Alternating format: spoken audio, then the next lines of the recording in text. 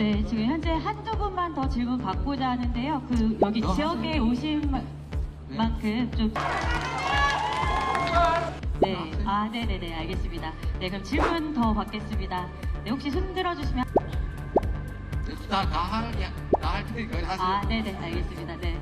대표님, 저희 오늘 선대위 구성을 이제 약간 메머드급으로 좀 구성을 했는데, 국민의힘 같은 경우는 한동훈 비대위원장 원톱으로 선대위를 구성할 게 유력해 보인다라고 해요. 그러니까 두 당이 선대위 구성에서 많은 차이점을 좀 보이는 것 같은데, 민주당이 국민의힘과 비교했을 때 선대위 구성에서 어떤 식으로 좀 우위를 점할 수 있을 거라고 보시는지 궁금하고. 선대위는 뭐 다양한 분들이 다양한 역할을 맡게 될 테니까 한번 지켜봐 주시면 좋겠습니다. 그리고 국민의힘과는 좀 비교를 안 했으면 좋겠어요.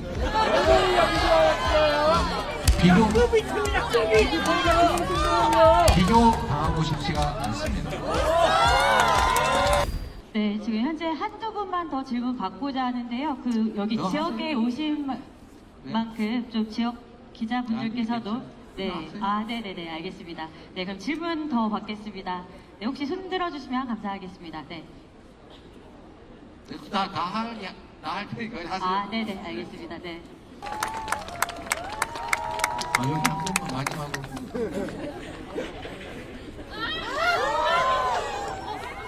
대표님, 저희 오늘 선대위 구성을 이제 약간 메머드급으로 좀 구성을 했는데, 국민의힘 같은 경우는 한동훈 비대위원장 원톱으로 선대위를 구성할 게 유력해 보인다라고 해요. 그러니까 두 당이 선대위 구성에서 많은 차이점을 좀 보이는 것 같은데, 민주당이 국민의힘과 비교했을 때 선대위 구성에서 어떤 식으로 좀 우위를 점할 수 있을 거라고 보시는지 궁금하고. 그리고 오늘 이제 김부겸 전 총리님도 선대위원장이 되신 건데, 김부겸 전 총리님이 통합의 역할을 충분히 해주실 수 있을 것으로 보시는지 이것도 좀 답변 부탁드립니다. 선대위는 뭐 다양한 분들이 다양한 역할을 맡게 될 테니까 한번 지켜봐 주시면 좋겠습니다. 그리고 국민의힘과는 좀 비교를 안 했으면 좋겠어요.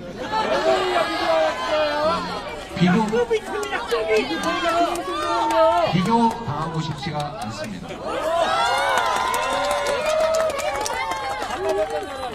저는 최근에 그러지 마세요. 우리 언론인들은 자기 개인적 질문을 하는 게 아니고 국민을 대신해서 질문하시는 겁니다. 또 이런 의견을 묻고 싶은 분도 계시거든요. 그러니까 그런 점은 이해를 하십시오. 사적인 질문이 아니니까요. 저는 국민의힘이 최근에 많은 행태를 보여주고 있는데 정치의 품격을 참으로 많이 떨어뜨렸다. 정치에 대한 국민의 신뢰를, 그나마 많지 않은 신뢰를 다 망가뜨렸다, 이렇게 생각합니다.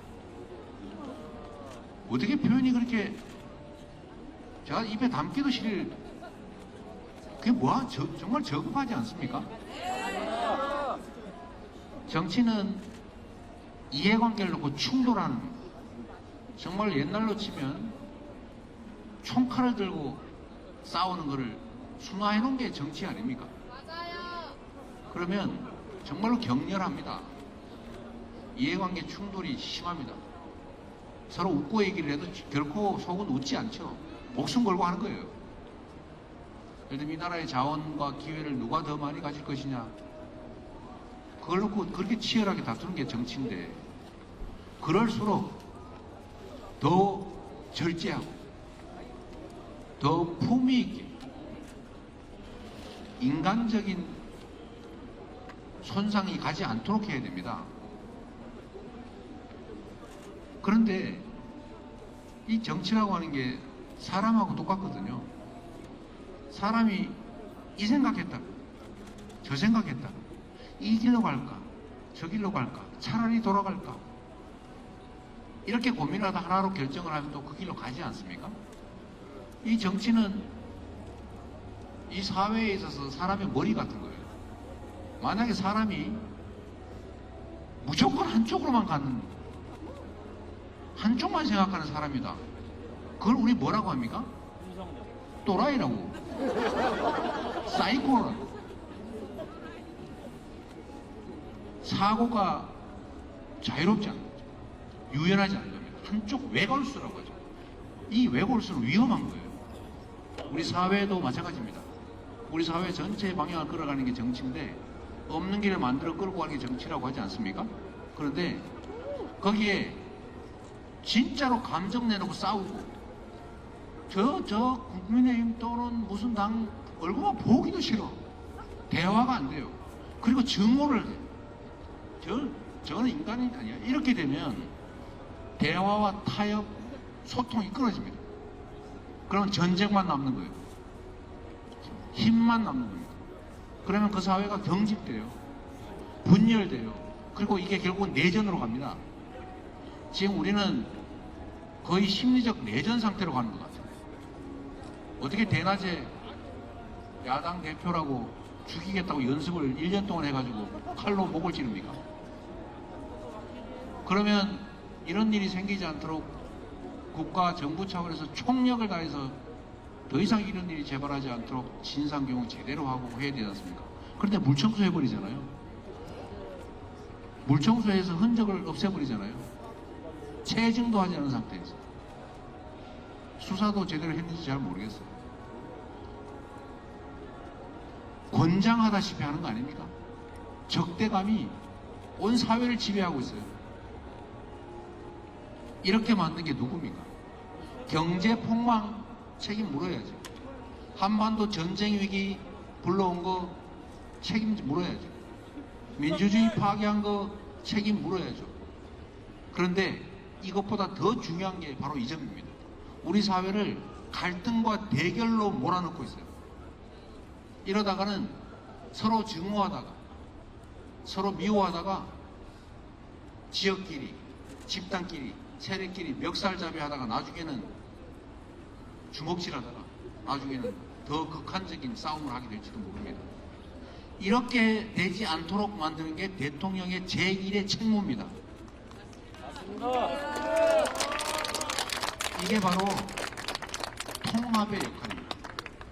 대통령이 될 때까지는 한쪽 세력을 대표하지만 대통령이 된 순간에는 전 국민을 대표해야 되고 갈등하지 않도록 싸우지 않도록 봉합하고 통합하고 끊임없이 소통하고 대화하는 것이 바로 제1의 책임이에요. 그런데 지금 뭘 하고 있습니까? 편을 갈라 싸우고 있어요. 제1선에 나와서 싸웁니다. 이게 가장 위험한 것입니다. 정신이 피폐해져요. 육체가 나빠지는 건 견뎌낼 수 있지만 정신이 손상을 입으면 해결이 안 됩니다. 우리 사회가 지금 그 길로 가고 있어서 정말로 걱정됩니다. 그래서 얘기가 많이 옆으로 샜는데 국민의힘과 민주당은 비교 대상이 아니다.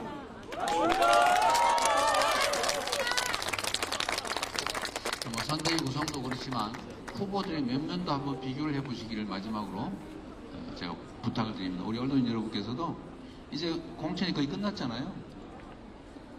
비교를 해보면, 분석을 해보면 민주당 돈봉투 받아가지고 또는 뭘 받았다고 한 사람은 컷오프 했습니다. 미안하지만 본인은 무지하게 억울하게 생각합니다.